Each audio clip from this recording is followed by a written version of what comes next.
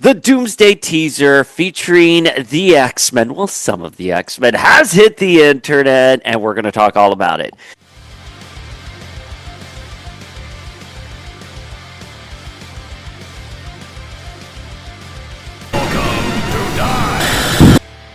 Boom, what is up, familia? Dayspring here, and we are going to discuss that leaked teaser.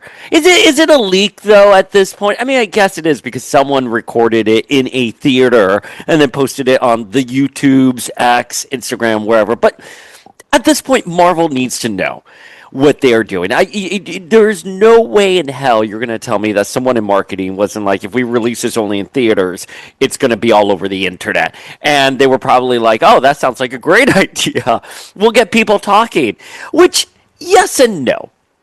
Right, I'm of two minds with this marketing style. Make no mistake, this is a marketing style that they are doing because they know that people are going to go to the theaters, they're going to whip out their phones, especially since they have three different teaser trailers, or four, I forgot how many. We got the Chris Evans, the Chris Hemsworth, and now the X-Men. So Captain America, Thor, and the X-Men, and I think the last one's going to be RDJ as Doom. But, okay, so here's the thing. They know it's going to go online. They know people are going to talk about it. And then they just take it down. And the problem with that is, one, people will not be talking about it because I assure you the Chris Evans teaser hit online before Marvel officially released it. And that got like 19 million views, right? That is how you generate the conversation. Like, we know James Marsden is going to be back as Cyclops. We know Magneto and Patrick Stewart are back. This is not anything new, right? It's not like you're showing Holly Berry as Storm or Famke Johnson or Her Majesty as the Phoenix, right? You're not showing any of that. This is a pretty standard, like, 10-second teaser that's really not much to it. I'm excited. Don't get me wrong. We're going to break down our feels here. But can I tell you, I do not like that they are releasing some of these teasers, trailers only in theaters, only at panels, and we have to look at grainy footage online, and then you get a copyright strike for posting it. Otherwise, no one talks about it. We saw something similar with the X-Men 97 Season 2 trailer. I was at New York Comic Con. I did not go to the Marvel Animation panel. And I knew what time it was. I was on the con floor, and I was checking Instagram. I was checking X, and I was like, oh, okay, no one's talking about what footage was shown, right? Marvel is in a position where they need us to be excited. It has been bomb after bomb after bomb. And so if they have something good, especially for X-Men fans, who, by the way, X-Men 97 at this point has been like a year and a half since season 1 ended. Like, just a morsel, just something, right? No one was talking about X-Men 97 season 2 at New York Comic Con. Forget the internet, forget social media. I'm telling you, at the con floor, which was full of X-Men fans, the entire cast of X-Men 97 was there at Unknown Comics, right? No one was talking about X-Men 97 Season 2 until the trailer. Someone recorded it, leaked it online, and then finally there was a conversation about it. And genuinely good hype. People were genuinely excited for it. But, without an official teaser out there, the general population isn't really talking about it. Us X-Men fans are, and that's great because we need to get excited for these things. Again, similarly with Doomsday, okay? We need to get excited to get other people excited. Come on! And again, like, the AI is so out of control in today's world. And by the way, in fairness to Marvel, how could you predict that? You think, okay, fine, someone will post this and we'll just do a couple copyright strikes here and there, so mean. But who cares, right? Like, ultimately, we'll have the trailer out there for a little bit, someone will record it, and we'll get people buzzing. But the problem is people are now going on ChatGPT, whatever AI platform they use. I'm a grandpa with this stuff. But they go onto these AI platforms, and they generate stuff that's confusing general audiences. Like that image of Tiana Paris in the mirror with Cyclops and Gambit, right? Like, Photon with Cyclops and Gambit, James Marsden and Channing Tatum, that was fake. And people fall for it. That's the thing, like, people fall for it. And by the way, I am guilty of this too. There are things on the internet that are AI that I see, and how can I explain this? Like, I can spot a fake X-Men trailer, of course. However, with other things that I don't spend my entire day knowing inside and out, like maybe a general news item, for example, I could get fooled. So, of course, like you want the appeal for this to be beyond just X-Men fans. You want it to be an entire larger audience. And the entire larger audience is going to get fooled by AI. I'm sorry. I know I'm ranting here. Anyways, I just I don't think this was a smart move. It's Sunday. You should have given the internet like a treat. Just be like, hey, guess who's coming to Doomsday? And by the way, the trailer reaction, we have some of the stills out there. They've been turned into GIFs of James Marsden as Cyclops. People are happy for it. People are finally we are getting Cyclops in the movies the way we deserve. And we're going to break down all of our feelings for this. But anyways, why don't we talk about the trailer just in broad strokes from what I saw. Again, this has been taken down from Marvel, so I can't go back and rewatch it. I'm just going based off of memory. Not everything's 100% accurate here, and perhaps there are Easter eggs that I'm missing because everything's grainy. But it starts off with shots of the mansion, and it looks like the plaque of the mansion is just in rubble. The mansion looks desolate, and Xavier and Magneto are there together. Magneto has long, crazy hair, and they're playing chess. And the voiceover of Charles Xavier says, "Death comes for us all." I believe that's what he said. Something to that effect. Cyclops is really upset, rips off his visor, and blasts the air. Some people are saying that the fire behind him looks like a Phoenix effect, which, you know what? I don't know if I am into them being like, hey, yeah, that is like the Phoenix behind Cyclops. I mean, that's like a really big stretch in my opinion, but it does kind of look like a Phoenix. Certainly better than X3, The Last Stand. That looks more like a Phoenix effect than in the final battle in X3. So that is the gist of the trailer. Now, let me...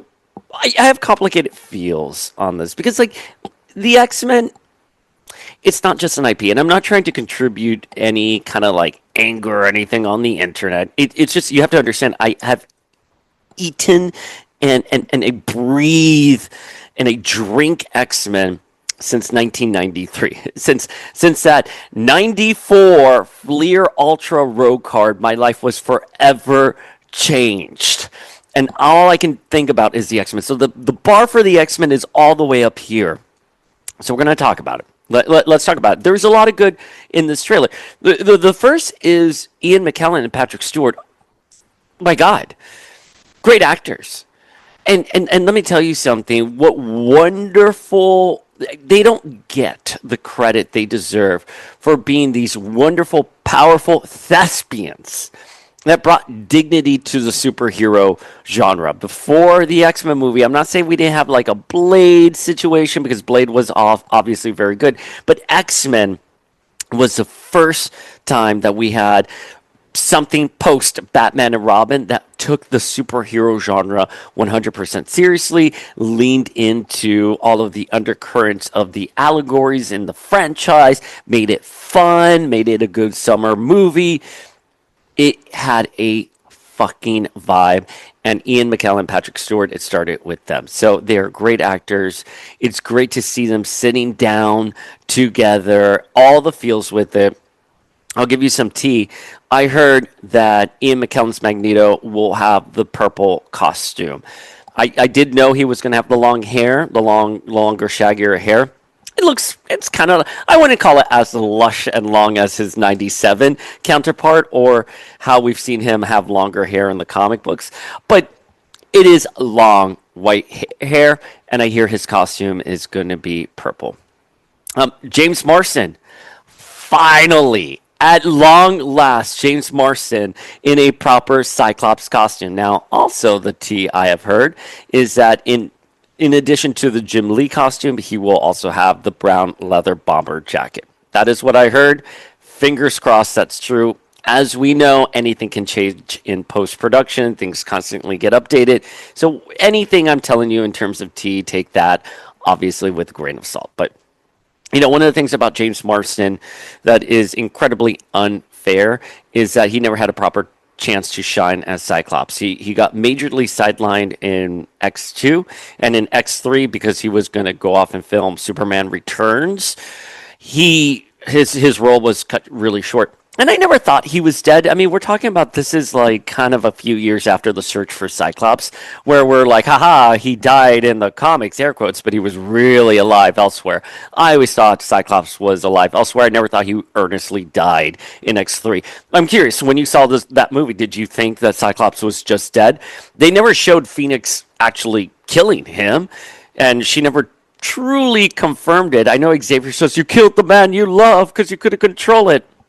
But that doesn't mean anything because Jean was obviously more powerful than Xavier and kind of blocked his thoughts. And again, Xavier we actually saw die and got atomized, and he made it into a new body.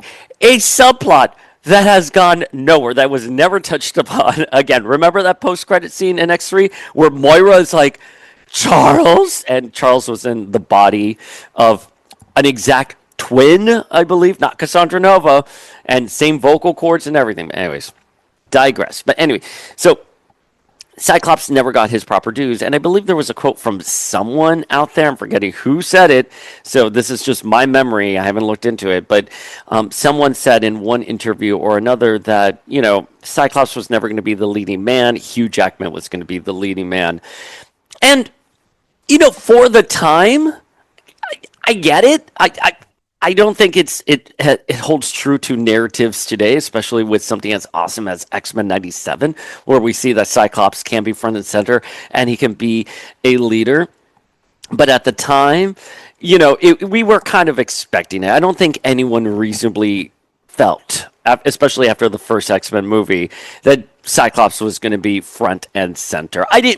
We certainly didn't think he was going to be as sidelined as he did, but it was the Hugh Jackman show. Always. So now let's make it the James Marsden show. And listen, Cyclops, in fairness to the franchise and how it's tried to course correct itself, for the prequels with X-Men Apocalypse and Dark Phoenix, they did give Ty Sheridan stuff to do more than James Marsden.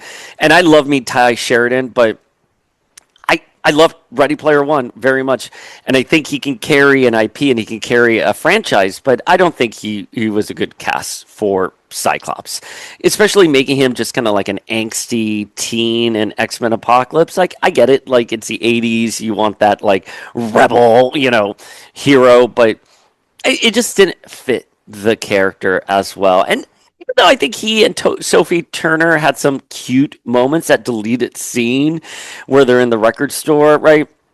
And they're looking at the Dazzler album. I thought that was cute. He was underutilized in Dark Phoenix. Jessica Chastain had more chemistry with Sophie Turner than Ty Sheridan Sophie Turner had. But, I digress. I also did like the actor from Wolverine Origins, Tim Pocock. I've been DMing him on Instagram for years, being like, can you please come on our podcast? Can you please come on our podcast? So all this is to say, this is James Marsden's time to shine. Okay, so I'm really excited. So based off of what I've seen, this teaser grainy thing that was unleashed on the internet earlier today, I think it looked good. It certainly did the job that the other trailers have done, and I think this one's the most exciting one. Let's see what the next one is. Again, I think there's an RDJ and Doom one. But this one by far has been the most exciting. All eyes and anticipation have been on this one. I think given that this is like a 20-second, 30-second teaser, it did its job correctly, and I'm excited. Now, let's break it down a little bit, because this wouldn't be Power of X-Men unless we hyper-analyzed everything. And here's the thing that rubbed me the wrong way a little bit. The dialogue of the mansion being in ruins, kind of like how we saw in Days of Future Past, where like the Xavier plaque is just there in the rubble, or the mansion is sort of desolate and no one's there, and the X-Men are presumably MIA or dead. There has been this reoccurring thing that's happened in X-Men movies and animation to a degree of the X-Men being disassembled. And we saw this in Logan. We saw this in Days of Future Past. We saw this in First Class. We saw this in X-Men Apocalypse. And we saw it in Wolverine and the X-Men and in the X-Men anime, where the X-Men are somehow disassembled and they have to come back together, right? I know in Days of Future Past, we did get to see the future team sort of fighting alongside, and I think the ones with like Warpath and Blink and Iceman and Bishop, that was a great opening sequence, and that's what I really want to see as sort of the status quo for movies. But the majority of the movie was going back in the past and trying to put together the X-Men and letting Xavier know that he's going to have to assemble the X-Men. Similarly, X-Men Apocalypse was all about them being young students coming together for the first time to fight Apocalypse.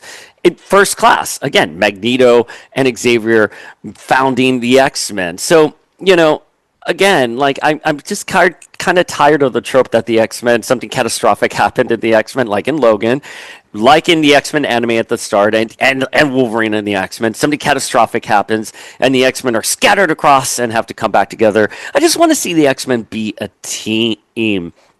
Now, the other thing with the X-Men IP in general, and this is something that has kind of given me pause for... it's given me pause in other franchises, specifically a franchise like, let's say, Sailor Moon, right? I'm just throwing Sailor Moon out there. I don't want the franchise just to be known for stories it used to tell. I don't want the nostalgia of it. It's been 25 years that we have been seeing Ian McKellen and Patrick Stewart playing chess. I love it. Don't get me wrong. But Days of Future Past was supposed to be the goodbye to the original cast and sort of streamline a new way forward, a new cast, a new generation of X-Men. Obviously, it didn't work out. The prequels did not work out. X-Men Apocalypse, Dark Phoenix, they just did not work out. I mean, Dark Phoenix is supposed to be a period piece when you think about it. And nothing about it felt like a period piece. It was all just a big clusterfuck. So I can be forgiving. Bring back the X-Men again for a proper goodbye again. I mean, Days of Future Past, that ending, I thought was so great. All the chef's kisses. But, the scene of them playing chess, this is something that I have been seeing since 2000 when I was working at Pac Sun with Frosted Tips. Not much has changed. But, this was like the note I had sort of with the X-Men 97 Season 2 trailer, which was Bishop saying we have to get the X-Men back to the 90s. And I'm like, I'm done with the X-Men being in the 90s. I'm tired of calling back to old homages in the X-Men franchise, right? Like, when you think about what made the X-Men good in today's world, right? I'm talking about it from an IP standpoint. X-Men 97, they have been on record for saying that, the first couple of episodes, we were going to give a proper nod to what came before us. We respect what happened in the past. But by the time we get to episode 4, remember it. I'm like, forget about it. Remember it. By the time we get to remember it, and the Genosha story, we're going to disassemble everything you knew about this franchise, and we're going to do something bold where Gambit's going to die. It's going to send Rogue on this path of grief. You're going to see Bastion and Zero Tolerance. You're going to see Genosha get destroyed. It was a really interesting way to propel the X-Men into a modern audience. And similarly in the comic books, what's one thing in the comic books that has made the X-Men a household name again in terms of readership? It was Krakoa. Now, we've been critical about how Krakoa went down and the From the Ashes relaunch. I'm not absolving anything from it, but this was Krakoa. House of X, Powers of 10 was a bold swing that paid off the X-Men. Everyone was talking about X-Men comic books once more. Similarly, again, X-Men 97, after Remember It aired, that episode, everyone was talking about the X-Men again. I don't want to go backwards with the franchise, right? I don't want to have to be homaging the X-Men movies of 2000 and still showing visual cues to it and being like, oh, you see, nothing's really changed. I want things to change. I want these relationships to evolve. I want these stories to be told in new, exciting ways. And to go back to the Sailor Moon analogy, you get something like Sailor Moon getting relaunched with Sailor Moon Crystal, and it's just a retelling of the same story that we have been exposed to for over 30 years with the same flaws in it. Like nothing has been fixed. And then you get something like K-pop Demon Hunters, where it just blows the genre out of the water. And you're just like, wow, like I wish they would have done that with Sailor Moon, something interesting, right? So that's all I'm trying to get at with the X-Men here. Again, this is just a 30-second trailer. I don't know what's to come in the movie, but I'm not. What we saw was great. I want to be very clear. I'm very happy with what we saw. However, I don't believe Marvel will pay us off. Right? I don't think we're going to get a bold new swing with the X-Men. At least not the Fox X-Men. And to that point, we do have rumors out there about who's coming down the pipeline for the X-Men. Sadie Sink being the biggest one. Is she Jean Grey? Is she Madeline Pryor? Is she Rachel Summers? Wow, we don't know. I don't know. Here's the thing. I don't know if Sadie Sink is going to be Jean Grey or if she's going to be a mutant in a Sony Spider-Man film, right? I mean, the film rights are just not aligning here. Marvel, Disney has the film rights to Jean Grey, and I find it very hard that they will originate Jean Grey in a Spider-Man movie. If she was going to be coming, if Spider-Man Brand New Day was coming out years from now and Sadie Sink was filming Doomsday and Secret Wars, I'd be like, yeah, it's high probability she is Jean or going to be a mutant, and maybe they'll throw her into a Spider-Man movie like they did with Doctor Strange and Iron Man, of course. But from a film rights perspective, from a business perspective, she has to originate in the MCU, the Marvel Disney films. Otherwise, Sony owns the film rights to that character, right? So it doesn't make sense to me that Sadie Sink will be Jean. However, that being said, I think Sadie Sink is probably a step in the right direction for the franchise. I know we can talk about at length about is she a good Jean Grey or not, and I know a lot of people out there have been confirming she is Jean Grey. Again, not to reiterate too much, but I don't know how that would work with the Sony rights. Maybe there is a loophole in the contracts. I'm not an entertainment lawyer working at Disney or Sony, so I don't know. But I would imagine profits alone, how business works, I just don't see it happening. But let's operate on the assumption that she is going to be Jean. I don't see it, but again, we're operating on that assumption. I'm okay with them taking a bold swing, something different with Jean. And I think in order for these characters to survive to the next generation, we need the X-Men to be telling bolder stories and not just be nostalgia bait for aging millennials. I'm saying that as myself. I want the X-Men to survive as a comic book. First and foremost, as a comic book. I want them to survive as a comic book. And then a really great animated series, which X-Men 97 Season 1 has proven to be a great animated series. But I want them to do its own thing their own K-pop Demon Hunters. I want the artistry of K-pop Demon Hunters administered to the X-Men franchise. So a whole new generation is excited by them. I want little kids to be genuinely excited about Wolverine, about Storm, about Phoenix, about Rogue and Gambit, about Bishop. I want them to know how cool these characters are. And as of right now, it's all just nostalgia bait. So let's see what we get. Again, I think it was a very fine teaser trailer from what we saw. Not showing it here because I don't want to get copyright striked, although it doesn't matter because I have like 5 people who see these videos on YouTube. But I think we really do need to have the X-Men franchise step up. So what I would expect for Doomsday, Secret Wars, here are the Fox X-Men. look how cool, we're going to give them their service. Really awesome scene. They're fighting Doom. They're fighting the Avengers. Oh my God, there's Phoenix, Famka's Phoenix, whatever. But then it's going to be a goodbye. I hope we get all the bells and whistles, though. I fear we're going to just get Cyclops standing around crying and then doing an optic blast. I am afraid of that. So, again, Marvel just hasn't delivered in the last few years.